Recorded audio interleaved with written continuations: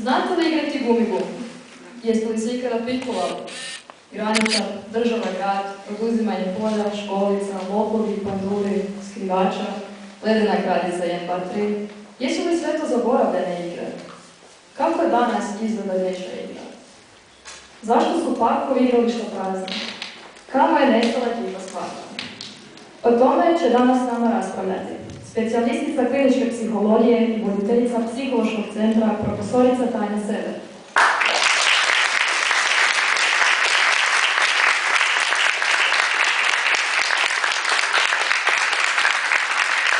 Profesor dr. Benjamin Čulik, socijeka za sociologiju i filozofskog fakulteta u Zagrebu i autor romana Fantastike prirode.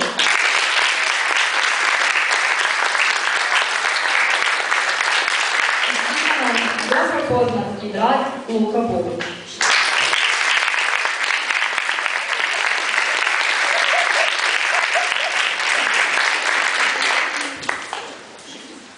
Dobro večer. Evo započeli bismo sa prvim pitanjem. Igrate se. Dobro večer svima. Lijepo da ste se okupili u velikom broju. Žao mi je da meni ne piše ovdje, ja sam diplomirani ekonomist u stavku. Igram se, ja se igram, da. Ja sam odlučio u nekom trenutku da kad se prestanem igrati da je to kraj mog života. Tako da je moje nastojanje da ja što dulje ostanem dijete u sebi i da se igram. Tako da sam si posao tako koncipirao da je to sve neka vrsta igre. Sljedeći. Ja se već 23-4 godine igram svakodnevno na poslu. A kod kuće isto tako vrlo često imam sina od 6,5 godina, tako da to je dio svakodnevnice. Na poslu se igram vrlo rado, jer je to dio terapije i tretmana. Znači ćete često pročitati da je jedna od jačih tehnika u samom pristupu u radu sa djecom i terapija igrom. Malo ispurana priča, moram reći, zato što se ja često pitam čim smo prije radili s djecom, ako ne igram, jer malena djeca koja još imaju, recimo, 3 ili 4 godine, teško ćete s njima moći nešto drugo. Tako da igra je svakodnevni dio ako radite bilo što s djecom. Ja bih se igrala još jako dugo dapače. Ako me sjećanje ne vara, neki sam kada počeo igrati 5 godina i nisam nikad prestao. U neko doba sam se počeo igrati ozbiljnije stvari, to su video igre. Ako neko misli da je to neozbiljno, jako se vara. Nema ozbiljnije stvari od dobre video igre. Tako da mogu reći da sam danas igram i da sam možda čak i ovisnik o tom igranju. Jer to je jako puno godina prošlo, te 5 godine. Hvala svima na odgovorima. Nas zanima je li igra samo primjerena djeci ili je nama dopušteno igrati se.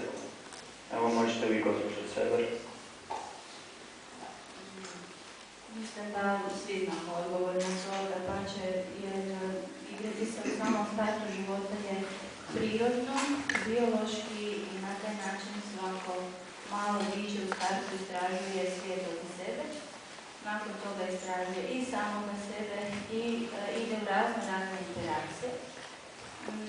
Sa početkom škole vremena je sve manje i manje za igru, ali nije se smanjila nikakva potreba da se školske djece igra.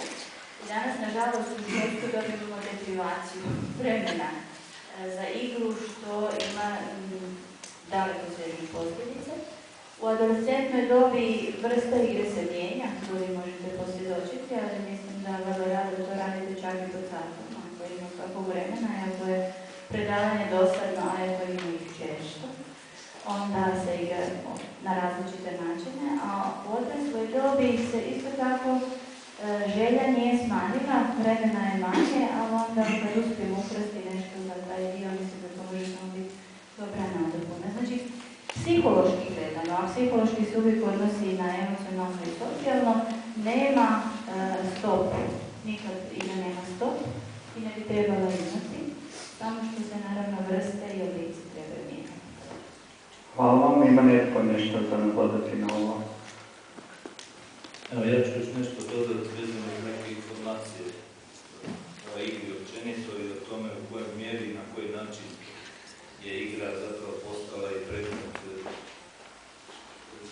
filozofskih i znanstvenih rasprava.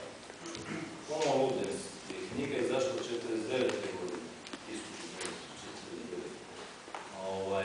Čovjek koji se igra, da prevedemo ovako malo, prirodno, jel?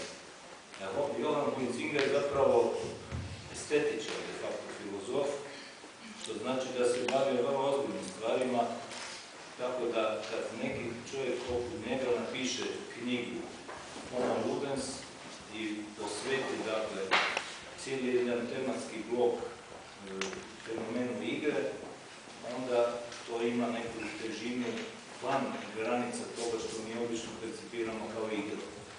Igra je, dakle, nešto što svi radimo, ali ipak mislimo da je to primjereno mlađima, djeci, srednjoj dobi već ne, a kamoli odrasli. Odrasli ljudi se ne igraju. Pa nije istina, ja sam gamer i to mogu reći od najranijih začetaka ovdje, dakle negdje tamo od 80. godine. Pa kaj je bilo pitanje, smiju li se igrati odrasli ljudi? Moraju se igrati zato što je inače život dosadan. Znači, kao što sam rekao, ja sam si i posao tako napravio da je to igra. I zapravo mislim da svi ljudi koji su uspješni u nečem čime se bave, da se zapravo igraju u tome, da su našli u tome nešto više od posla, da ne rade to radi toga da bi radili, nego zato što u tome uživaju. A zapravo možeš uživati u nečemu čemu se igraš. Tako mislim da je igra neophodna da bi čovjek bio sretan u životu. Hvala. Evo od odraslih idemo opet natrag na djecu. Kakvu ulogu ima igra u razvoju djeteta? Početak identifikacije vezan je za igru i istraživanje. Igra ima motoričku vrijednost, u smislu dijete kroz igru razvija motoričke vještine. Istraživanjem razvija grubu motoriku, finu motoriku. Igra ima jednu jako važnu ulogu u razvoju senzorike. I sad bih tu malo stala i podvukla priču sa senzoričkom integracijom. Naime, ovako, ovaj oblik tribina bih ja uvijek pozdravila zbog toga što je jedna od stvari koja nama nedostaje i čini nam se svima da je pomalo zatiremo, to je nekakva živa riječ. Ima puno riječi koje se mogu prenijeti na različite načine, ali živa riječ sve teže dolazi do nas i mislim da bi bilo dobro činiti sve da ona bude češća. Ali htjela sam dakle podvući nešto iz vlastitog iskustva, baš i koristim svaku priliku gdje mogu to podcrtati. A to je da senzorička integracija koja se razvija i igrom je nužna stvar za razvoj svakog od nas. Mi danas imamo porast problema sa senzoričkom integracijom. Znači, radi se o tome da mozak treba integrirati u ranoj dobi što više senzora u jednu sliku. Današnja djeca, a mladi pogotovo, znači mislim na adolescente, imaju velikih problema sa tim da često odu za jednim senzoričkim podržajem. To je remeti pažnje, koncentraciju, čini ih nemirnima. To je zbog toga što nije u onoj ranoj dobi uopće učinjena integracija i svaki taj senzorički podržaj može dovesti do nemira, čak i do nekakvih neurotičnih razvoja. Igra je ta koja uspjeva na neki način u kombinaciji svih tih senzoričkih podržaja dovesti do dobrog rezultata. Dakle, i senzorički razvoj je važan. Naravno da danas će jako biti važno i sad ovako osjećam da idemo u neki špic samo kad će doći računalne igre. Dakle, jako je važna i ta računalna igra za kognitivni razvoj, za razvoj razmišljanja, logičkog zaključivanja, sinteze, analize mišljenja, mentalne fleksibilnosti, tako dalje, sve što će teorija reći. Ali drugi dio je isto tako i socijalizacija. Vidjet ćemo pretpostavljam večeras i priču da li smo bolje socijalizirani u igrama uživo ili smo bolje socijalizirani u igrama na daljinu, na blizinu, u virtualnim svijetu i tako dalje.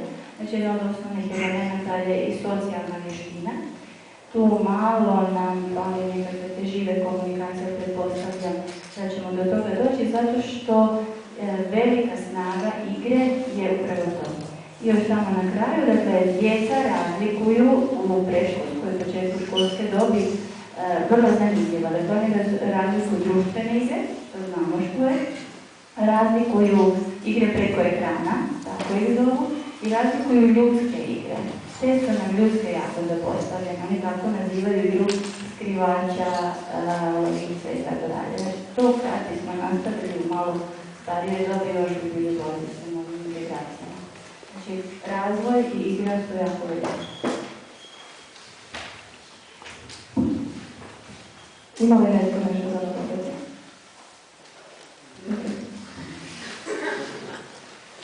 Kako je tehnologija promijenila način na koji se igra?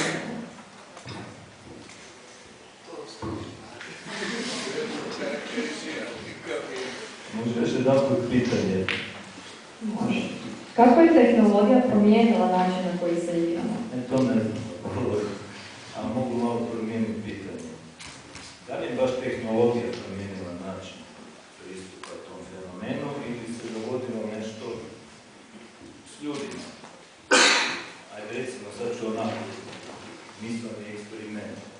Kad se gleda po 10-20 godina unatrag i tako 5-6 puta, a nekako, ajde sad ću malo karikirati, dobija se dan da su ljudi nekad puno više morali raditi, pa su bili umorni, pa nisu imali vremena ni za što, pa su vrlo brzo napravili dvoje djece, troje, pa se onda još djecu moraju baviti i djetu igre može stati uopće. Samo li kad neko kaže ti se igraš, ti si ozbiljan čovjek ili nisi. Nekako se očekivalo kroz cijelu porećaj časa da svi moraju postati u neko doba ozbiljni. A igra je po definiciji što neozbiljna. Ja vidim da je svaka neozbiljna igra nešto drugo, a ne igra. Igra je vrlo ozbiljan fenomen. Tako barem kažu ljudi koji su se tim fenomenom pozabavili ili na znanstveni način, ili na filozofski način, ili na kulturalni, kulturološki način. U svakom slučaju, dakle, igra nije neozbiljan fenomen. Igra je moguće da je i profesija, pa samo igranje, dakle, ima i neku drugu svrhu, ali zapravo većina autora koji pričaju o igri, pričaju zapravo o sferi slobode, sferi slobodnog vremena, a ne o sferi rada. Dakle, ja bih samo postavio upitnik jedan. Da li ovi dečki koji tam po Južnoj Koreji rasturaju s tim igrama, ili oni rade ili se igraju? Ili su već prešli tu crtu pa se više ne mogu ni igrati? Poznati poljski sociolog Zygmunt Bauman smatra da ljudi ne koriste društvene medije kako bi se povezali međusobno i proširili dedike, već upravo suprotno. Stvaraju sigurnu zonu koju čuju samo odjeke svojih misli. Na koji način društvene mreže mijenjaju poimanje prijateljstva? Ako je profesorica Tanja Sever odgovori. Da su vezana ova dva prethodna pitanja.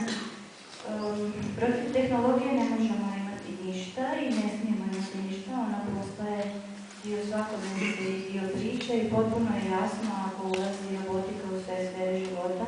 I sve smo učinili da roboti dođu u naš život, da nam smanje vrijeme koje ćemo potrošiti za nekakve obične poslove ili neke komplicirane poslove.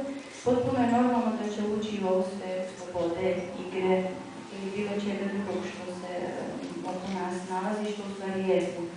Ali ima svoje pozitivne i negativne strane. Mijenja i u svakom obliku. Jako pozitivna je donosi potpuno neke nove teme za razgovor i komunikaciji. Jako je pozitivno to što će ta ista tehnologija otvoriti neke naše nove neurone, odnosno dokazano je, neuroznanost se time intenzivno bavi, da igranjem na raznim pomagalima koju naravno uključuje ekrane, razvija finu motoriku, razvija brzinu analize detalja, razvija mogućnost da se informacije brže prenose između desne i lijeve hemisfere, što je izrazito važno za rast i razvoj. Razvija mogućnost općenito da imaš povratnu informaciju vrlo brzo. Razvija mogućnost da ti dolazi dostupno i brzo nazad ono što si učinio, znači ima jako puno tih nekakvih pozitivnih stvari.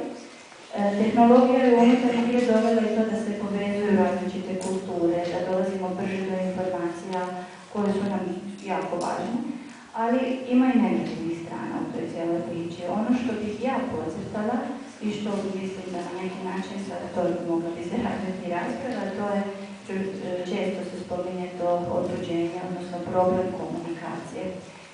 Ono što je problem kod tehnologije u igri je to da koristi najčešće uske oblike našeg senzornog funkcioniranja, što znači vid, sluh, brzinu reakcije, mogućnost ravnoteže u pojedinim dijelovima, ali jer pasivno cijelo tijelo i ostali senzori su u toj cijeloj priči zanemareni.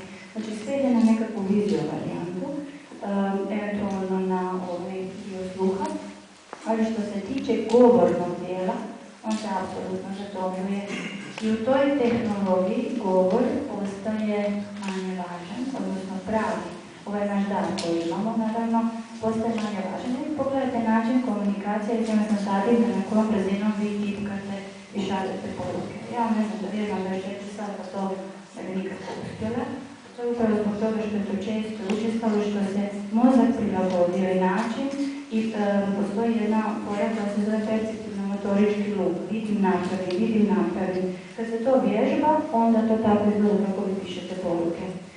Ali pri tome, način komunikacije je u kraticama, u slengu, u stranim riječima. U govoru se gube neke osnovne stvari koje su pitanje jezika. Tako da ta tehnologija unutar govora, unutar komunikacije, unutar jezika nije donijela puno dobro po onome što ja vidim na način kako pratiti priču. Mogla bih ja još jako puno, ali Ne, slušam, slažem se. Zapravo nekakva poanta zaključak po meni da tehnologija pruža puno toga dobroga ako se na pravi način koristi i do neke pametne mjere. Da, ja imam osjećaj da sve te društvene mreže da su dovele do toga da imaš osjećaj da se stalno u društvu s nekima zapravo kao družimo se, a nismo se vidjeli godinu dana. Tako malo bi to tužno sve skupa. To sad nema više s igrom baš veze, ali... Znači, tehnologija je dobra ako se koristi na pravi način. Ja bih možda malo se još vratio nazad na nekoliko ovih načetih tema, ali dodao nekoliko informacija. Naime, prvi fakultet koji se bavi fenomenom igre na razini sveučilišnog pristupa i disciplinarnosti 2000. u Austriji. Nedugo iza toga, u roku godinu, 2, 3, tu negdje, odjednom se pojavio čitav niz sveučilišnih institucija, fakulteti čak, koji se bave igrom. Ja sam na svu sreću, kako sam taj fenomen istraživao u više navrata, metodom ankete, intervjua i slično, ne samo na mladima, nego i na odraslima, imao prilike sudjelovati na jednom od svjetskih simpozija, i to u 2 navrata, koji organizira studij igara vezan uz Oxfordsko sveučilište, uz Oxford. Tamo su doista bili ljudi iz cijelog svijeta sa svih kontinenata i vrlo ozbiljno su pričali i o najneozbiljnijim fenomenima, da se tako izrazim. Dakle, fenomen igre se vrlo pomno analizira na svim razinama, praktički sve struke, ne samo društvene znanosti, tehničke znanosti i slično, prirodne znanosti se bave time, nego se neki ljudi specijaliziraju da uđu što dublje mogu u bit fenomena zvanog igra. Sad, tu ima jedan problem, ja sad bih volio u diskusiji malo da čujem od vas ostali kako vi doživljavate cijelu priču.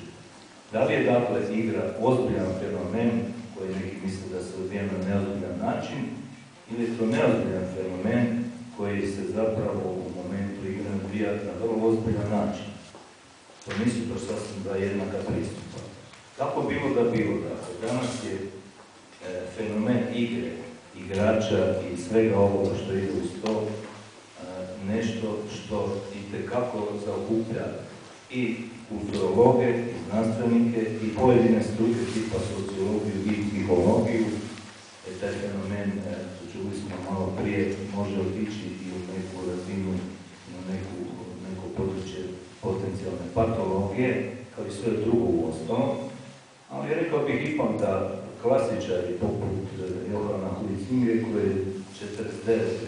napisao Homo Ludens i koji iznosi tezu da je čovjek biće koje se igra, da je to njegova bit zapravo, za razliku od drugih određenja što je to bit čovjeka, koju možemo pratiti kroz cijelu povijest filozofije i koliko filozofa toliko određenja. Možda Johan Huizinga i nije baš tako daleko od istine, jer barem smjer u kojem ide igra i igranje i način na koji se tom fenomenu pristupa i od strane znanstvenika i filozofa i od strane ljudi kojima je igra zapravo profesija, pokazuju da taj fenomen ima sve veću važnost i težinu i da on može biti neozbiljan ili neozbiljno shvaćen, ali da u biti vrlo, vrlo ozbiljan fenomen. Evo, prije dijela u kojem će publika moći pitati i reći što misli o tome, da se vratimo na ono što je gospodin Bulić rekao prije i da time završimo. Smatrate li da će vam virtualni prijatelj u konačnici oduzeti pravo prijateljstvo? Pa ne smijemo dopustiti da to učini, ali svakako ima potencijal da se to dogodi. Ako se toliko uvučemo u te društvene mreže, da postanemo ono ko mušice u paukovoj mreži, pa da imamo osjećaj da je to naš život, a zanemarimo ovaj život koji fakat oko nas postoji. Tako da mislim da postoji ta opasnost, ali zato trebamo biti dovoljno mudri i shvatiti što je bitno u životu, a da su to pravi ljudi, a ne virtualni. Ja se osobno nadam da neće. Ćemo učiniti sve što možemo da se to ne dogodi. Spomenut ću jednu stvar koja me jako zanimala u zadnje vrijeme, odnosno jednu stvar, igru, koju sasvim sigurno poznajete, radi se o Minecraftu i onda o nastavcima Minecrafta u različitim oblicima. Meni se događalo kako sam ja klinički psiholog i kako radim dijagnostiku. Počelo mi se događati da je taj Minecraft postao psihodijagnostičko sredstvo. Na način da dođe dječak, najčešće, imamo tu i djevojčica, ali nekako čini mi se da ima i logike zašto dječak, koji može izvrsno rješavati testove apstraktnog mišljenja. Nadnaravne su to rezultati. Paralelno i automatski kad postavlja pitanje što se događa sa seksualnom socijalizacijom, nađemo jednog ili dva prijatelja i najčešće ih nema, možda je baš zbog toga dijete i došlo. Ono je darovito u domeni apstrakcije, ali u konkretnom, životnom, svakodnevnom imamo generalni podvršaj. Onda se nakon toga dogodi da ne razumije socijalne odnose na testu socijalne snalažljivosti koje kod nas pomalo je eksperimentalno, možete dobro vidjeti tko razumije uzrok i posljedicu u odnosu, a tko ne razumije. Onda to je treća već karika. I redovito tako se događalo da bi ja kao četvrto pitanje postavila i igraš Minecraft. Wow, sad smo tek došli na nekakvu pravu poziciju. Znači, kad sam se bavila tom igrom, ne samo njome, nego i pozadinom kako je nastala, na koji način je razvijena, tko je smislio i tko je razvio, radi se o jednoj pozadini koju ja ne bih željela da se uopće događa više u tom virtualnom svijetu. Ona je na neki način, kako bi se reklo, općim jezikom danas na vlakuša za sve one koji žele imati jako puno uspjeha u virtualnim svijetovima, kao sam kreiraš taj virtualni svijet, imaš svu moć u toj cijeloj priči, unutra se događa samo ono što ti hoćeš, puštaš koga hoćeš, u stvari nema ništa živo. I to je jedna formula koja uspije rješavati socijalne odnose u neživom. Isto tako jedna formula gdje oni koji su inače apstraktni tipovi, oni su uvijek jednom nogom na zemlji, a jednom nogom nisu. I sad jedna novost koju nisu, tu se Minecraft nakačio jer ima osjećaj da je u nekakvom realitetu, u stvari uopće ne postoji. Ja znam da će postojati milion Minecrafta, ima sad već izvedenica pa svako završava na taj kraft. Između ostalog jako su privlačne liče na nekakve Lego kocke, ali koji su wow, isto tako, pogotovo za mlađu dob. Tako ćete jedan te isti Minecraft vidjeti oduševljenje u predškolskoj dobi, cijelu školsku dobu, sve do srednjoj dobi. A mi možemo reći da iza toga stoje djeca koja ima određene emocionalne teškoće, da ne kažem grubo psihološke. Tako da ja duboko nadam da neće Minecraft biti dio komunikacije i načina, ali treba puno raditi. Na tome treba više ljudskih igara.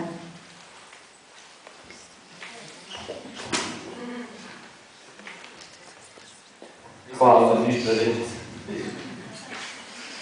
Hvala vam. Nakon ove zanimljive rasprave, vrijeme je da se vi uključite. Pitajte, komentirajte, sudjelujte.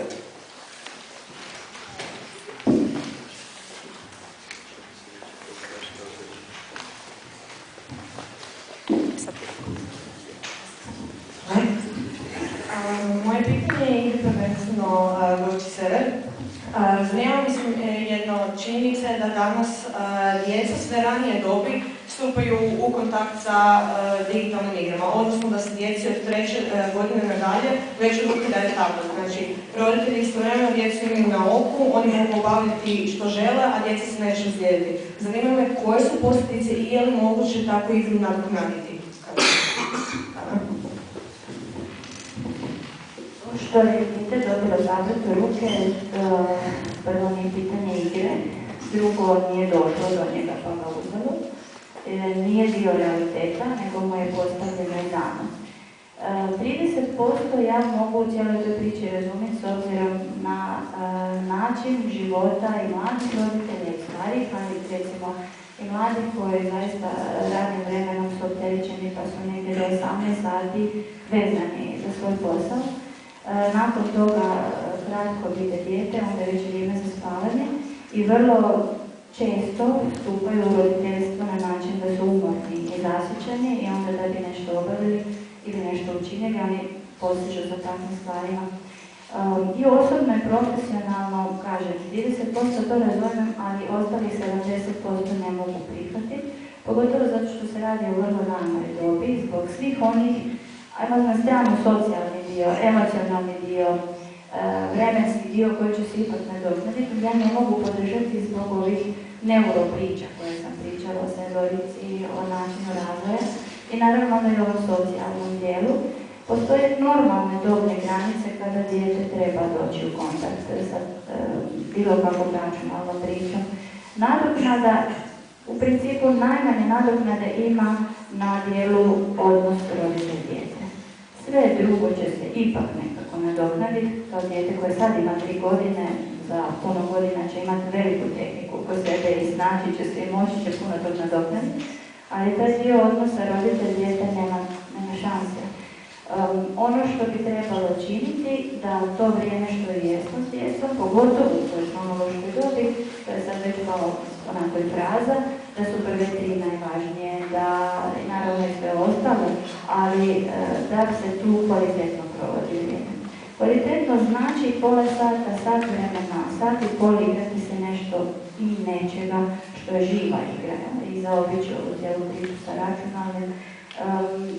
Ali to se kasnije proteže i svakakve druge oblike. Recimo, ono što je neprihvatljivo, ja sam to imam potrebu javno reći, jer isto postalo loše za nas, ima loše posljedice, a to je da se djecu u predškolskoj dobi, nakon toga što su od 8 do 17 sati u vrtiću, obvezno vodi na slobodne aktivnosti u vrtićkoj dobi. Jer razlog je rano učenje jezika, rano razvijanje svih mogućih motoričkih vještina itd. I to su djeca koja često u predškolskoj dobi u 5 radnih dana nemaju jedan dan kada izravno iz vrtića idu kući. To je neprihvatljivo.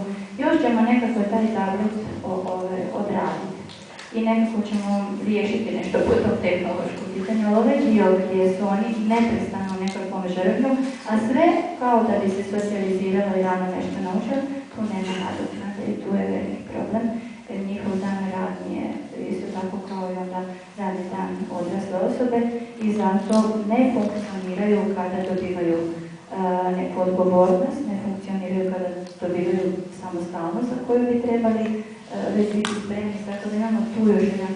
To je vrijeme za igru. Vrijeme nakon vrtića i isto vrijeme za igru.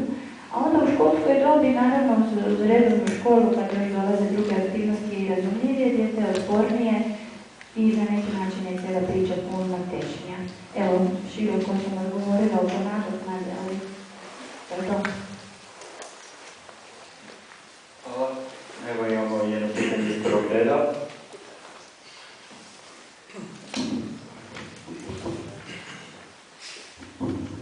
Ja imam zapravo dva pitanja, ali su toliko različita da krenut ću s jednim. Relativno jednostavno, možda i nije tako jednostavno, voljela bih od bilo koga od vas čuti odgovor zapravo od svih. Po mom mišljenju su pravila nešto što je neodvojivo od igre.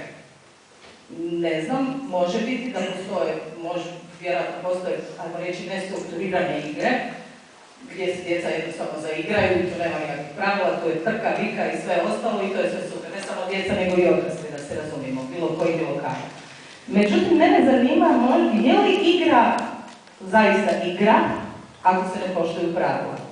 Ne znam je li vam se događalo u djetinjstvu ili mladosti ili bilo kada u odrasloj dobi da ste s nekim igrali neku igru, recimo društvenu igru, nebitno kakvu igru, i dogodi se da netko jednostavno odluči u jednom trenutku ne poštivati pravila. Vjerojatno da se događalo. Možda ste bili osoba slična meni, da ste se naljutili. Jer ne možemo se igrati tako ako ne poštujemo pravila, jel? A na to bih dobila odgovor, pa šta se ti ljutiš, pa to je samo igra.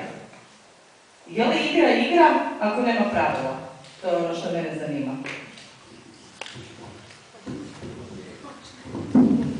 Vrlo jednostavno.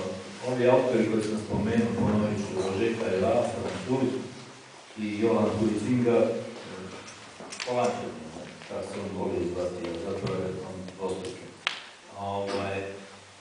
Kad definiraju igru, onda je jedna od odrednica da je nešto igra u smislu kojem pričamo, to da ima pravila. Nešto što nema pravila ne može biti igra. Dakle, samo se igram je ona metaforička fraza koja zapravo hoće reći nešto drugo, jer igra zapravo nelegitimno upotrebljen fenomen. Dakle, igra doista jest nešto što ima pravila pod jedan i pod dva, tih pravila dok se igrači drže, dokle se igraju. U protivnom to skreće u nekom drugom smjeru. Dobro. Meni se činilo da je jedan od osnovnih nus produkata igre zabava. I u ovom momentu kad netko ne poštuje igru, baš se dobro zabavlja. A kad ne poštuje pravila, eto zabave, najčešće. I u ovim skupinama koje vodim prije nekog vremena sam dobila onako na veliki natpis, obzirom stalno nešto tamo tjeram djecu na pravila, poštivanje, suživot, suradnje. Onda su mi napisali na jedan veliki transparent ko se drži pravila propušta zabavu. I bazno mislim da je po meni je to kombinacija jednog i drugog. Društvene igre imaju striktna pravila i čini mi se da su uvijek igre po pravilima u samom startu dobar uvod jer daju strukturu. Daju organizaciju i struktura, svi volimo strukturu i organizaciju, neki se protiv jako bore, a jako im treba. Ali ono što sam tu htjela reći, recimo isto malo dometno samo priču vezano za te pravila, mi imamo danas porast još nečega, a to je što isto ne vodi dobromu, a to je strah od neuspjeha.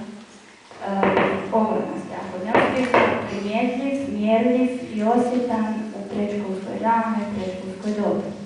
Na prvu kariku straha od neuspjeha vrlo često se nadovezuje velika potreba djeteta, malog djeteta, pa onda i starijih, kontrola. Ako kontroliram situaciju, velika je šansa da do neuspjeha ne dođe. I brojni s tom kontrolom malo zahire. Odu u krivo, postaju rigidni. Imamo danas sve više rigidne, zabrinute djece, a sve manje opuštene djece. A razlog je u tom neuspjehu. Tako da se pitam da li je nužno uvijek imati pravila, Jer ako ne poštuješ pravila, onda definitivno postoji velika šansa da se zabavljaš, a paralelno ako jako poštuješ, držiš cijelu priču pod kontrolom. Vizavi toga mi imamo da se porast perfekcionizma. Osnov perfekcionizma je strah od neuspjeha, pojačana kontrola i ogromna briga. Među adolescentima perfekcionizam dovodi do ružnih stvari, do psihosomatike i tako dalje. Tako da ja bih rekla opet na cijelu ovu priču i zabava i igra i pravila. Meni smeta kad ne poštuju pravila, pa sam rigidan.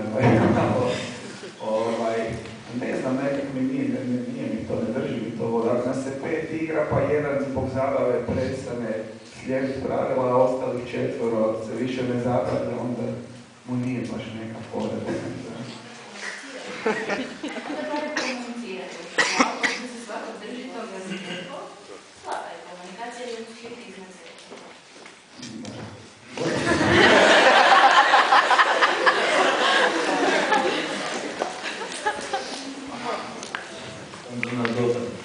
Zapravo što sam rekao, ja ću ponoviti. Igra je fenomen da se analizira kao fenomen koja striktno podrazumijeva postojanje pravila.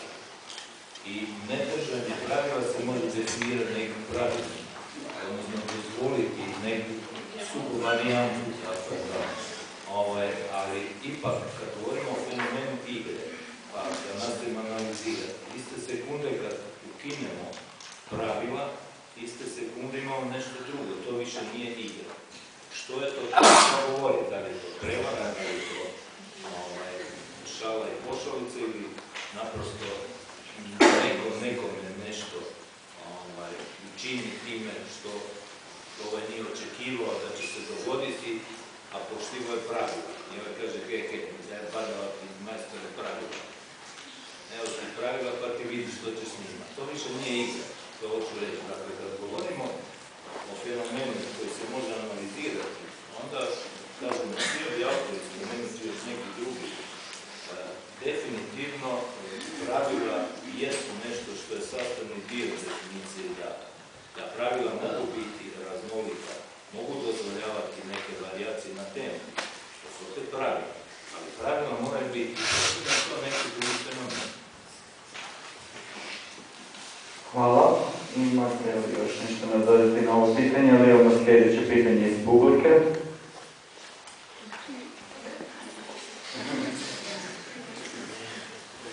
Mene sad zanima, znači ako imamo neko malo dijete koje još uopće nije zapravo svjesno da postoji nešto savjest, znači da ima teoriju uma. Ako to dijete igra se, znači mi kažemo da se neko malo dijete koje ne ide ni u vrtić još, ono se igra, ali ako ono nema nikakva svoja pravila u toj igri. Kako to objasniti?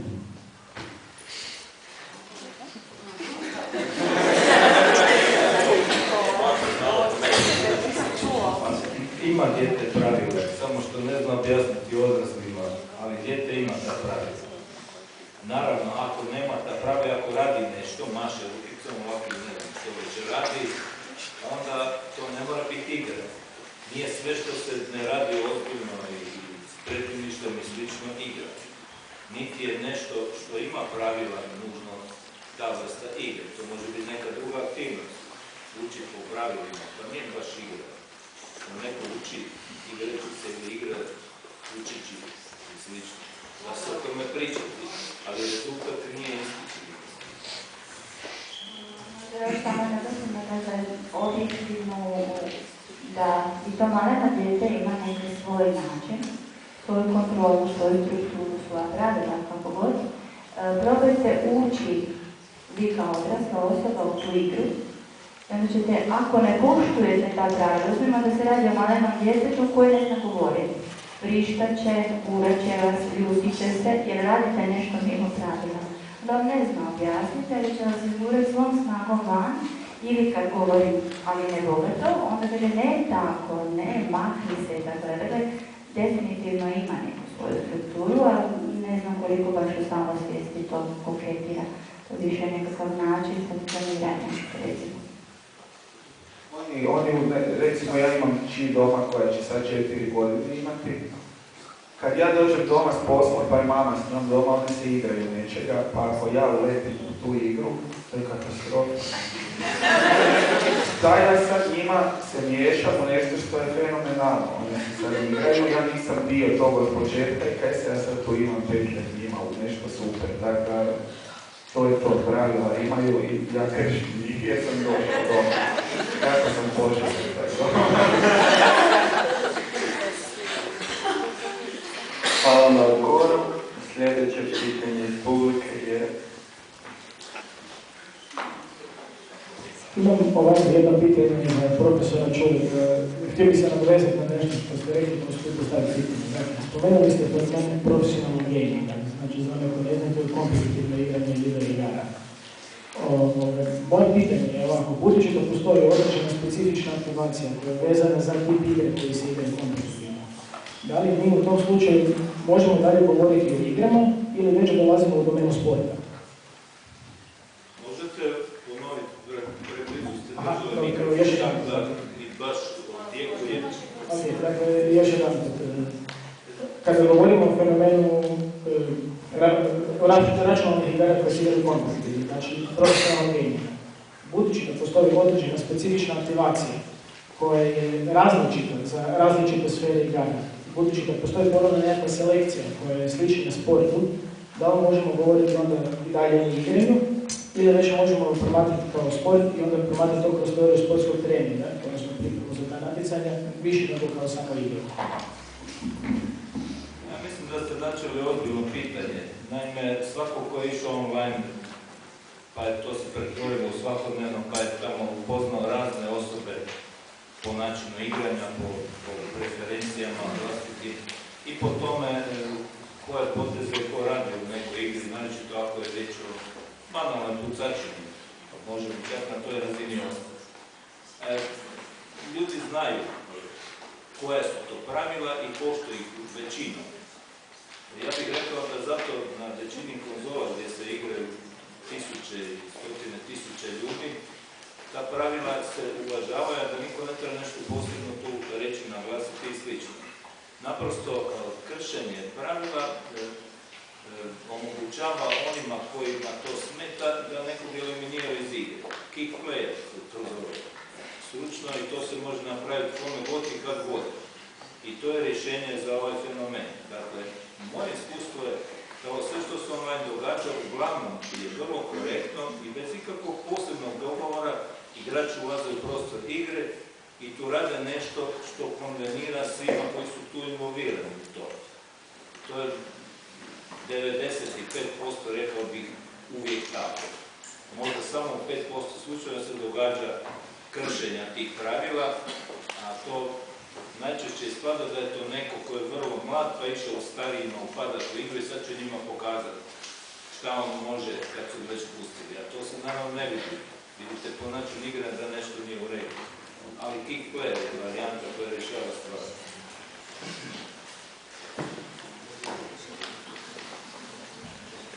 Hvala, imamo li još pitanja?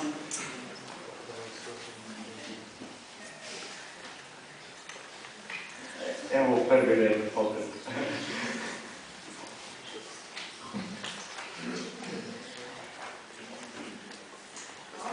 Ovo je moje drugo i zadnje pitanje, obećajem, ali baš ova dva sam imala.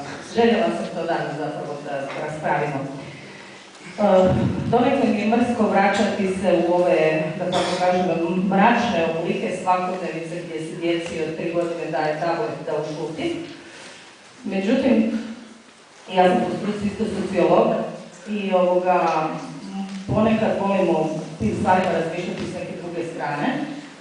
I jedna od stvari o kojoj razmišljam u tom pogledu, znači vezana uz tehnologiju, društvene mreže i tako dalje. Nije li zapravo pogrešno staviti fokus na način na koji se djeca igraju?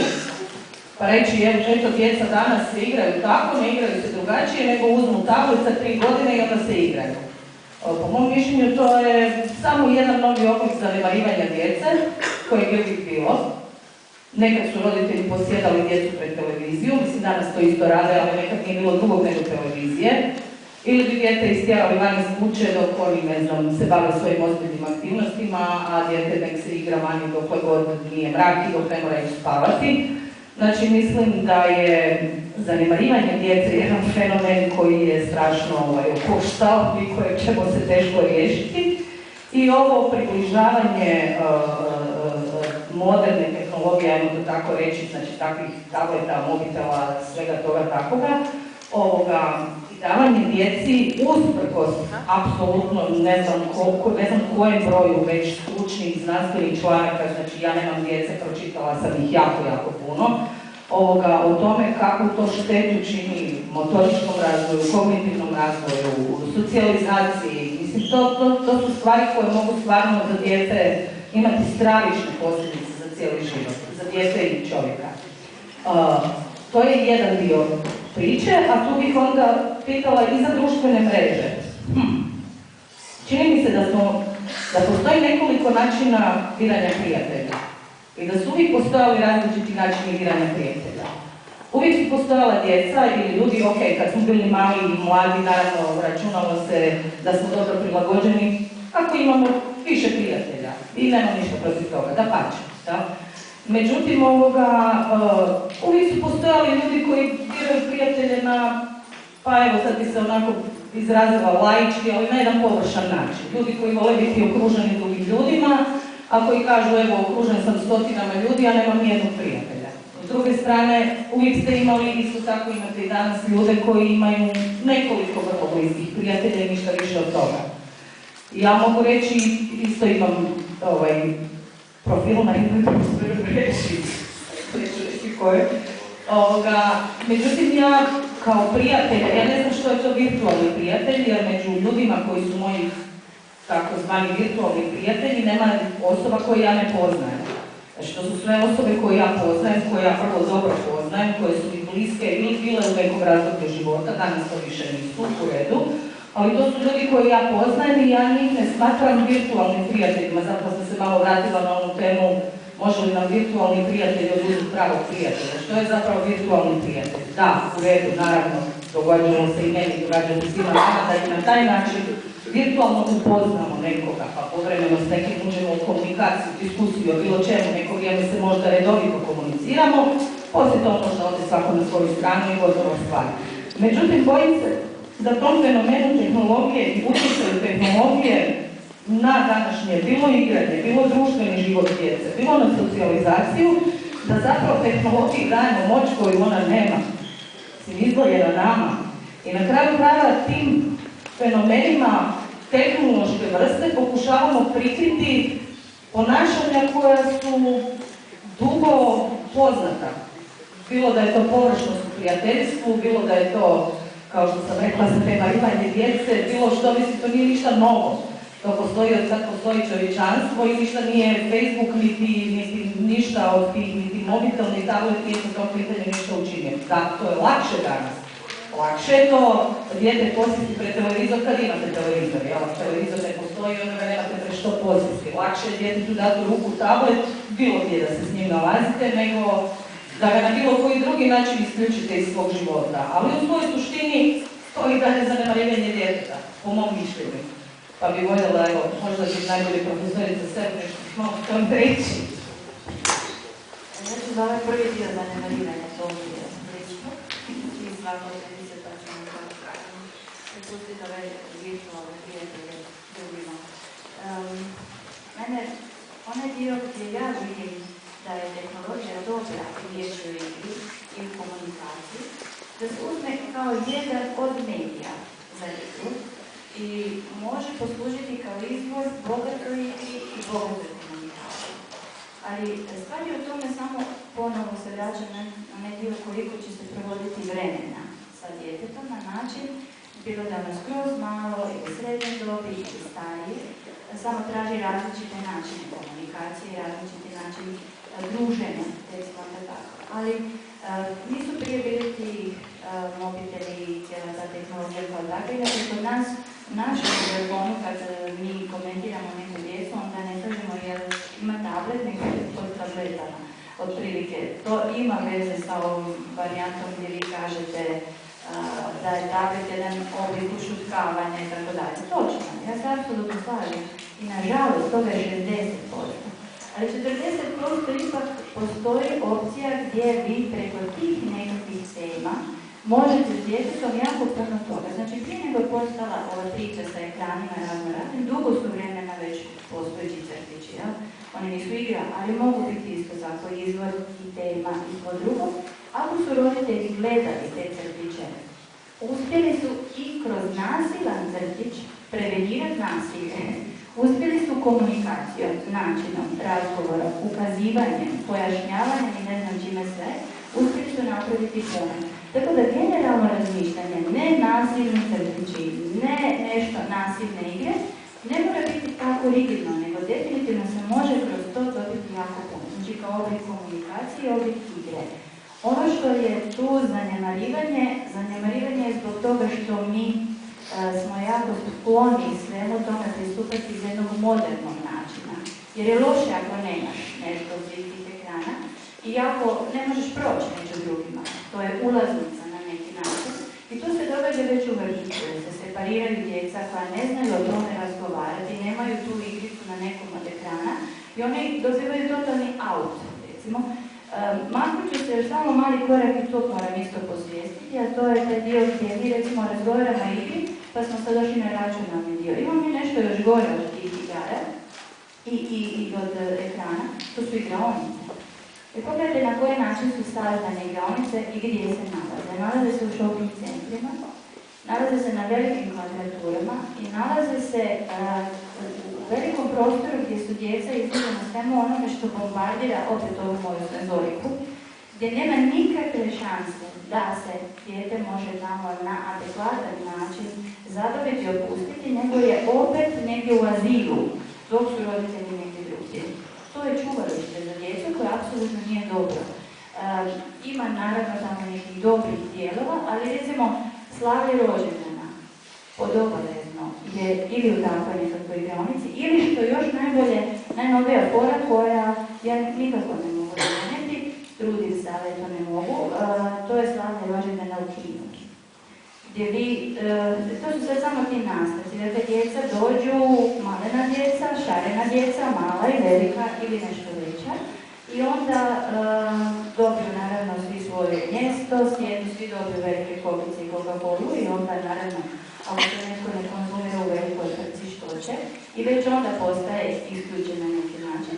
Ali onda što mi radi? Ja sam nekoliko puta bila sa obitelji u jako blizini takvih proslava, pa sam bila stalno u startu pokušujući još o roditelja koji čuva, animatora ili tu djecu, zato što oni su se gađali kokicama, preskakali stolce, gurali, oni su komunicirali za vrijeme. Oni su došli na rođendan, nisu došli u kino, da su htjeli u kino, nisu u kino. Tako da mi tu preskačemo jako puno ovih, evo recimo to je zanemarivanje, ako ćemo definirati. I tako bi se dalo još puno igraonica. Tako da ta tableta, odnosno tablet, to nije jedino zanemarivanje, to je jedno, a oko društvenih mreža je virtualnih prijatelja. A ja se sve slažem što ste vi rekli o virtualnim prijateljima. Mislim šta je s virtualnim prijateljima, vi imate sve koje poznate. Meni je eto takav posao da ja pred tih društvenih mreža moram imati i ove neke koje sam vidio jednom u životu, ali eto moram ih imati za svaki slučaj, šta ću ih nekada. Ali mislim da je veći problem ono što sam ja rekao, da može li nam virtualni prijatelj ukrasti pravo. Dakle, ako mi je netko prijatelj, pa ja zbog toga što ga srećem na Facebooku svaki dan, imam osjećaj da sam ja s njim još uvijek prijatelj, a kad bih se s njim sreo nakon 2 godine što ga nisam vidio uživo, ja više ne bih znao šta s tim čovjekom, na koji način razgovarati, jer mi više nismo ono što smo bili prije 2 godine. Mislim, ako je to jedini način komunikacije koji smo imali u tom razdoblju, to mislim da tu postoji bojazan, da nam virtualna stvarnost oduzme ovu stvarnu stvarnost.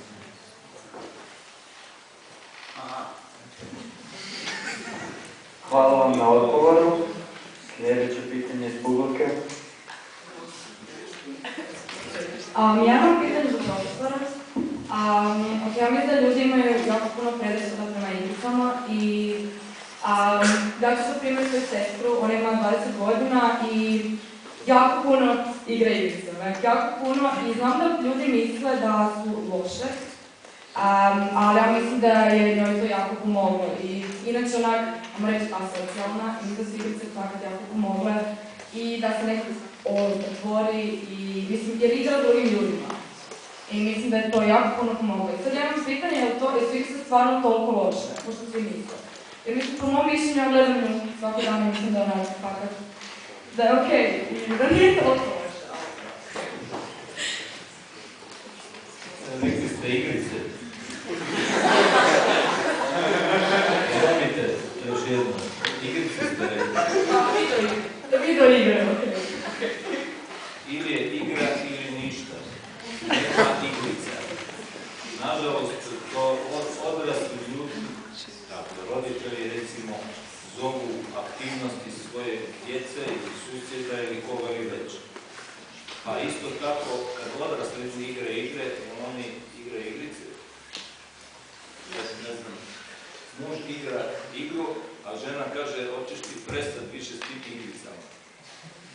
To je zapravo vrijednostni sud. Obično izrečeno od strane osoba koje ne znaju o čemu točno pričaju, to se sad ne odnosi na vas. Vi ste samo iskoristili taj termin pa ste mi dali šlagvort. Ali u cijeloj priči, dakle, postoje igre, a igra je, kako sam već spomenuo, da autor je vrlo ozbiljan fenomen koji se može sa strane izgledati kao da je neozbiljan. Ali zapravo, da sad ne spomenem sve detalje kako se uopće definira igra, a postoji 5 glavnih kriterija po kojima se nešto može nazvati igra.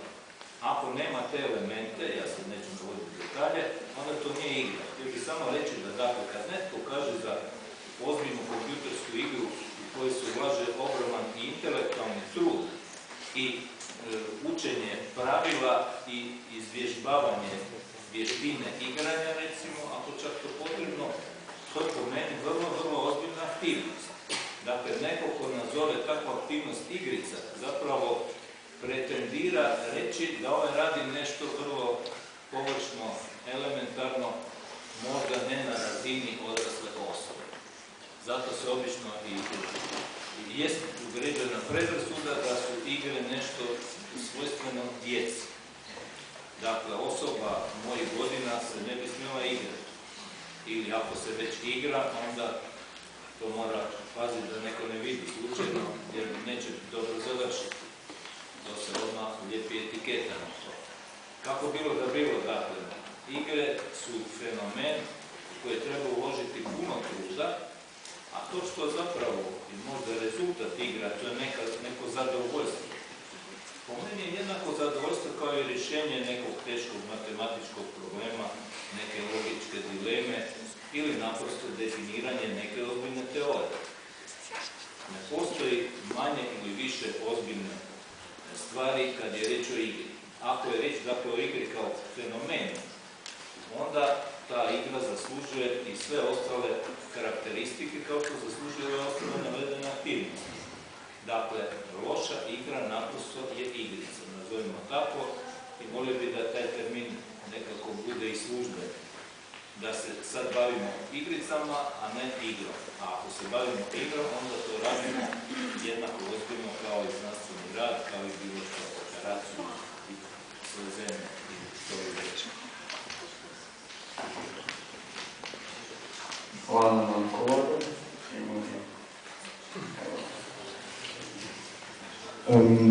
Mene zanima koja je igra bolja. Igra u kojoj je jedna osoba glavna, može to biti grupa ljudi, i znači da ta osoba je grupa donosi sve odluke, ili igra u kojoj su svi ravnopravni i svi donose odluke. Bolje zašto? Bolje zašto? Razlikovanje po čemu? Zašto? Što je bio rezultat koji je došli? Koja igra je bolja za razvoj, na primjer, djeteta? Mislim da ne treba klasificirati na bolje i lošije. Jedna i druga imaju svoju ozbiljnost. Jedna i druga imaju svoju poruku i jedna i druga imaju svoju korisnost.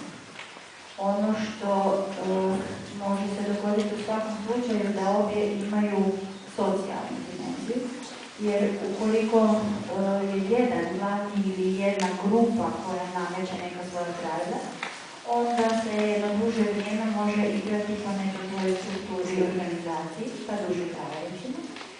Ali se može isto tako dogoditi da interakcija ide u pravcu da ostali shvate da im taj način rada, igre, baš tako rada, u tom momentu igre i druženja ne odgovara, pa mogu stvari mijenjati, što dolazi do izražaja jedna izvrsna stvar, to je isto tako bilo dobro da svi vjerujemo, a radi se o zauzimanju za sebe.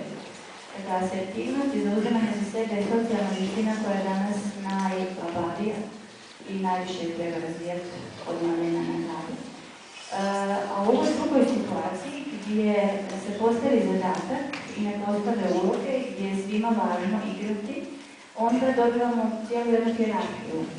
Ko se nameće, ko se protivi, na koji način se stvari događaju. Ima jako puno dinamike koja je svima korisna uopće za funkcioniranje. I tu ima jako puno elemenata samoučenja, jer vrlo često o sebi znamo misliti kao odrasle osobe i djeca i adolescenti u smislu jako sam ja dobar, u smislu ja sam empatičan ili ja sam asertivan i onda se nađu u takvoj jednoj situaciji gdje to ništa od toga, jer neki drugi nakoni krenu i na drugi način počneš reagirati, jer ti je važan uspjeh, jer ti je važna ekipa. Dakle, ne vidim da bi trebalo komparirati u smislu bolje ili loši, jedno i drugo je jako u redu. Možda je jedino važno vidjeti u kojoj se igri radi, odnosno u kom cilju, da imamo uspjeh ili je to igra po pravilima radi druženja i da li je to onda za određeni broj ljudi. To su još neke eksperimentalne pitanja koje bi trebala vidjeti, ali objektivno nema ni jednoj ni u drugoj situaciji lošega. Hvala vam na odgovoru. Ima li ko još pitanja? Htjela bi zapravo mene jedna stvar zanima.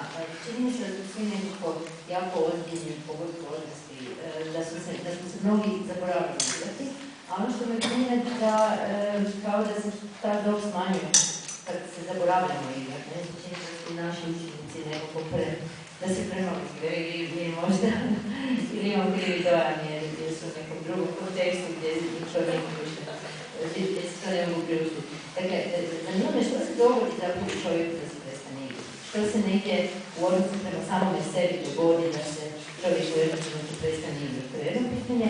I drugo je, evo ja sam sugerirala zapravo, ne znam koliko vi profesorice sebe imate utjeca u tom smislu, ali mislim da je važno, da bi bilo jako važno provući igru kroz obrazovni proces, da bi bilo važno naučiti nas profesore kako učiti djecu kroz igru, pa makar oni imali 15, 16, 17 godina, jer sad pričamo kada koliko igra važno za svakodnevno.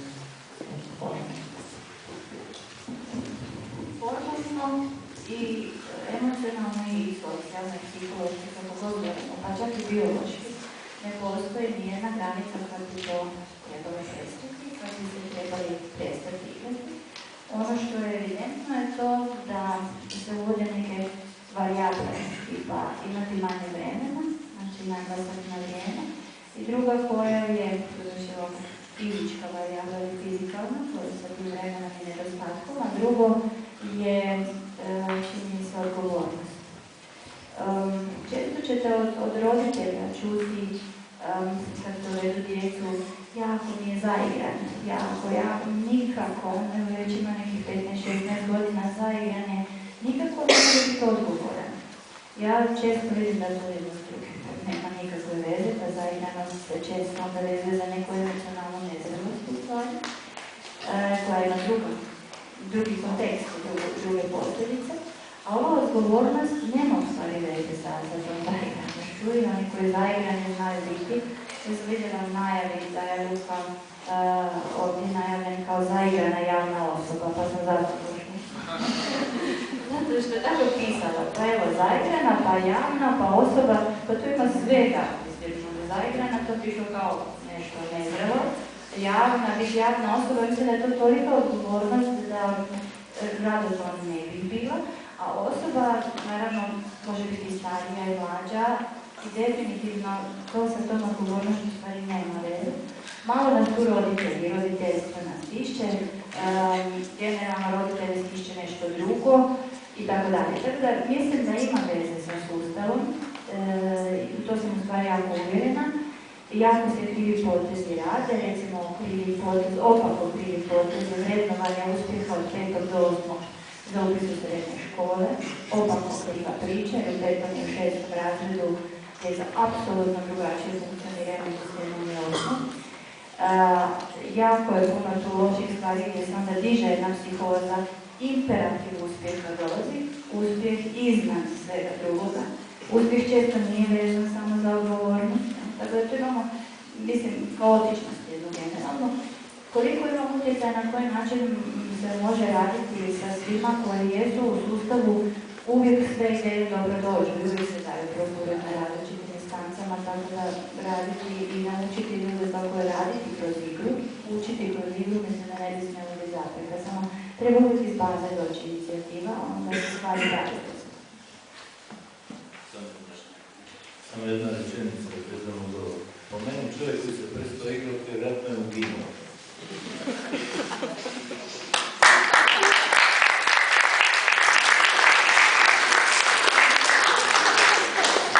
Hvala vam, sljedeće pitanje.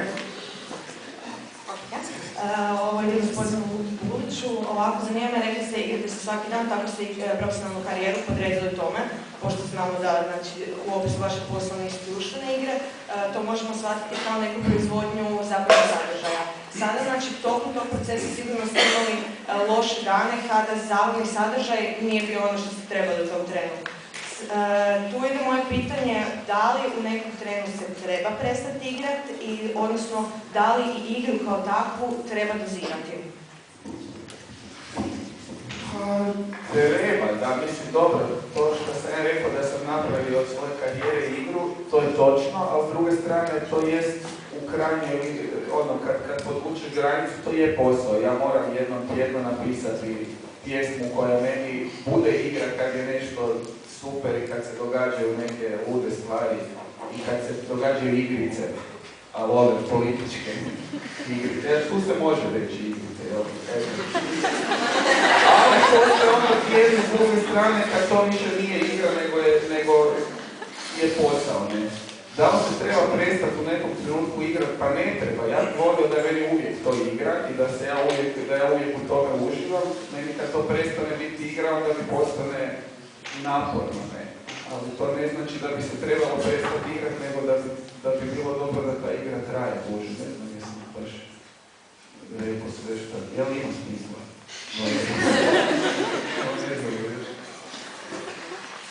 Hvala, evo sljedeće pitanje.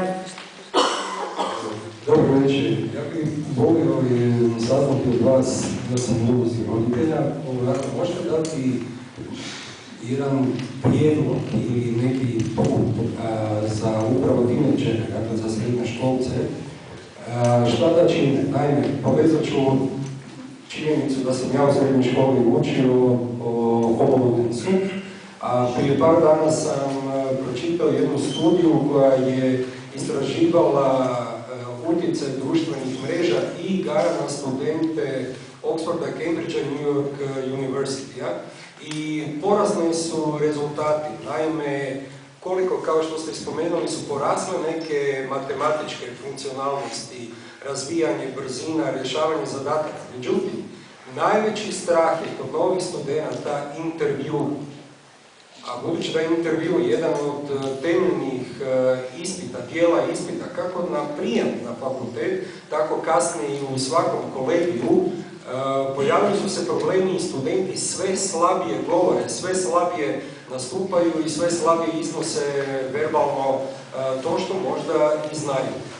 Dakle, mi smo tu sa srednjoškolcima koji se spremaju i donijeli su, dakle, od Homo Ludensa su iz 49. Danas su nazvali te nove ljude, dakle studente, device people, dakle ljudi koji pretjerano ovise u korištenju različitih elektroničkih naprava. Dakle, od čovjeka igre do čovjeka koji ovisi o napravama.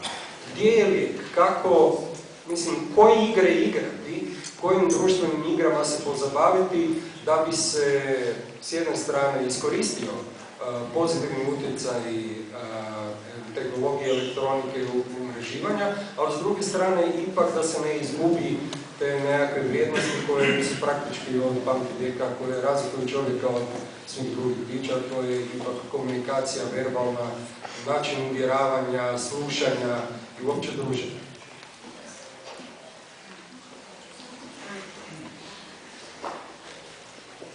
Ovako, mislim da ste u potpunosti jednom riječju opisali ono što sam u startu željela reći, a to je dakle pod tim intervjuom.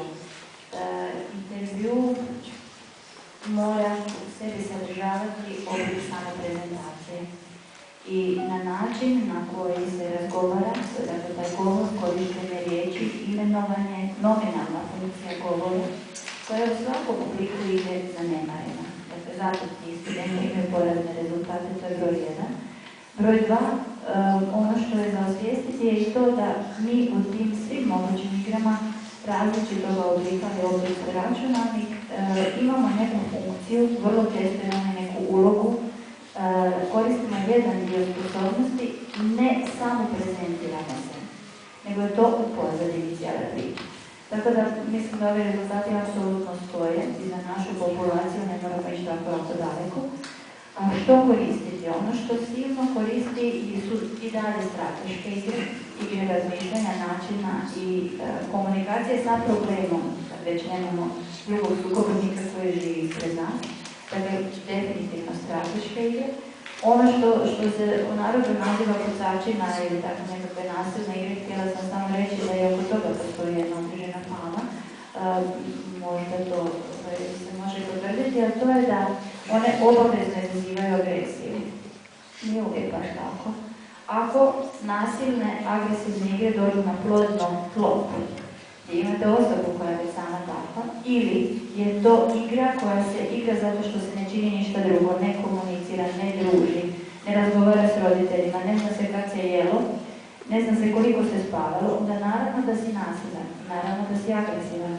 Tako da tu ima već nekakvih razlika, ali sigurno za ovo što pitate kako se pripremiti za dalje, nisu takve igre. Ono što mogu reći, jesu strateške, nikako nisu nasilne igre, ali ovaj tu dio konkretno sa samoprezentacijom i načinom komunikacije sa svijetom, ja osobno ne bih nikako preporučila da se to radi dalje kroz neki oblik igre ili takvog načina komuniciranja. Ono što je za pozdraviti su debatne grupe, retoričke grupe, bilo što može poticati na izoštravanje stava, na prepoznavanje vlastitih sposobnosti, vlastitih umjeća, ali na govor koji nam je dan i razlikuje nas od ostalih drugih živih bića. Tako da tu ovaj dio konkretno baš za intervju nisam sigurna da išta može tako dobro razraditi. Jer pogotovo ako idemo na taj dio gdje će masa računalnih igara pojačati taj mnestički dio, kako mi kažem, dakle pamćenje i kombiniranje i mnestiku, onda sasvim sigurno neće ništa dobro učiniti za ono što je životno, a to je taj dio komunikacije. Hvala. Da se još malo nadovežem, većina disciplina društvenih znanosti, kulturalnih i tome slično, zapravo vodite kako računa o tome da netko ko puno literature čita i tako dalje, ne samo da čita, nego izlaže na seminarskim grupama, odnosno aktivno uči kako se to nešto što je spoznao, saznao, iznosi drugima. U tom smislu, dakle, problem je puno veći kod, recimo, prirodno-znanstvenih disciplina, jer genijalaca koliko god hoćete, shvatili sve, a onda jedva nekako možda izmuca nešto što ne razumiju i drugi, jer nije to prilagodio jeziku razumijevanja osoba koja nije tako daleko otišla kao što je taj znanstvenik koji je to otkrio naprosto. Hoću reći da je problem struka tu, a ne uopće problem načina na koji netko koristi svoje vještine. Dakle, neko koristi svoje vještine onako kako je navikao, dok ga neko ne nauči da bolje koristite svoje vještine. Mislim da to nema nikakve veze sa igranjem igara, niti sa kompjutorima, nego sa psihologijom odgoja, odnosno sa nepostojanjem odgovarajuće psihologije odgoja i obrazovanja, i da u tom smislu, dakle, su agresije naprosto druge. One koji rade s ljudima trebalo bi naučiti što i kako da traže od tih ljudi, odnosno što da ih upuštaju. U tom smislu, dakle, ja mislim da bi prirodne znanosti trebali više poraditi na tome da imaju kadrove koji obrazuju tu dimenziju tih budućih sadašnjih genijalaca, budućih znanstvenika svjetskog glasa. Hvala na odgovorima. Posljednje pitanje večeras.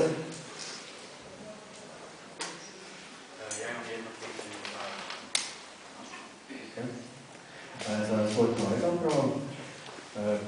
Recimo u videoigrama mi možemo početi iznova bezbroj puta bez da osjetimo ikakve posljedice. I sada recimo djeca koja igraju videoigre, imaju li oni osjećaj za posljedice u zreloj dobi jednak kao i djeca koje ih ne igraju?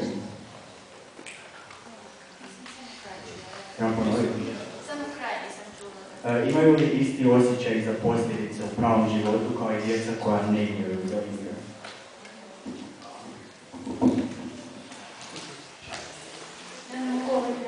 Slijedeći nekakvog znanstvenog podatka, pa bi vam to kontrolna grupa, eksperimentalna grupa, ali ono što mogu reći iz viđenja kako funkcionira jedna i druga ekipa na terenu. Dakle, tu se ponovo postavljalo pitanje uspjeha i neuspjeha. Ako 1000 puta možeš iz početka, možemo reći da se tu minorizira neuspjeh. I svaki put je ta metoda pokušaj pogreška, dobra, ne daje nekakav opći osjećaj uzorstva. Za pretpostaviti je da onda netko ko ne pokušava i da svaki put ide u situaciju i da doživi neuspjeh bez da ima mogućnost pokušaja, da za pretpostaviti da on sigurno se loše osjeća u toj cijeloj priči. Samo što opet mislim da tema je slična ovome da nisu te videoigrice do te mjere instrument koji će osigurati da ti budeš osoba koja će pokušavati i tako isprobavati stvari, ili da nećeš ako ne igraš videoigre. Sve to pitanje osobnosti, pitanje poticaja od okoline, pitanje sazrijevanja i rasta, ne samo ovih mehanizama kao takvih. Tako da jedino što vidim tu da međusobno kada se djeca natječu, pa u razgovoru poslije kažu onako pravo hrvatski, do kojeg si ti levela stigao? Koji si ti, ja sam prešao 3, to imate već u vrtiću, da vrlo rano znaju reći tu riječi, da je to jako važno. To je možda radi socijalizacije više tako vezano, ali generalno da bih baš mogla reći da to postoji na neki način, da je to oponac koje će ovu ekipu koja probava pa svaki put iz početka opustiti, a druge drže, ne bih se složila, mislim da ne. Samo jedna rečenica za nadovezivanje. Kao što svi znate, postoje kooperativne igre. Onog momenta kad neko loše igra u toj igri, postoji opcija koje kad se sva trojica ostalo četvorice slože da treba maknuti van iz bilo kojeg razloga, recimo zato što ne igra kooperativno, taj dotični će shvatiti da sljedeći put kad ulazi u nešto tako mora biti kooperativan. Dakle, ako izuzmemo to da je neko još nevješt, tek je počeo igrati neku igru, pa kad ispace van zato je loša igra jer još nije naučio. To je jedna priča. Druga je ako neko se postavi tako da on rješava ili radi na svom nekom cilju, on ima cilj skupiti bodove nekim štoli, a ne kooperira s ljudima, a onda je to druga priča. Dakle, po meni, upravo takve neke igre mogu i tekako ostvariti tu dimenziju da čovjek je u situaciji u kojoj mora računati na to da se od njega očekuje kooperativnost i da će dobiti to s druge strane. Ja mislim čak da se to događa na ovoj psihološkoj razini, da ljudi koji duže tako igraju zajedno zapravo tu kooperativnost na neki način uvježbavaju i čine dijelom svojeg načina komuniciranja s okolinom. Hvala svima na odgovoru. Hvala gostima na sudjelovanju i vama publiku što ste došli. Vidimo se na sljedećoj tribini za mjesec dana, do tada nas pratite na društvenoj mreži. Učenike i sve vas molimo da pokupite potvrde da ste bili na tribini danas. Hvala.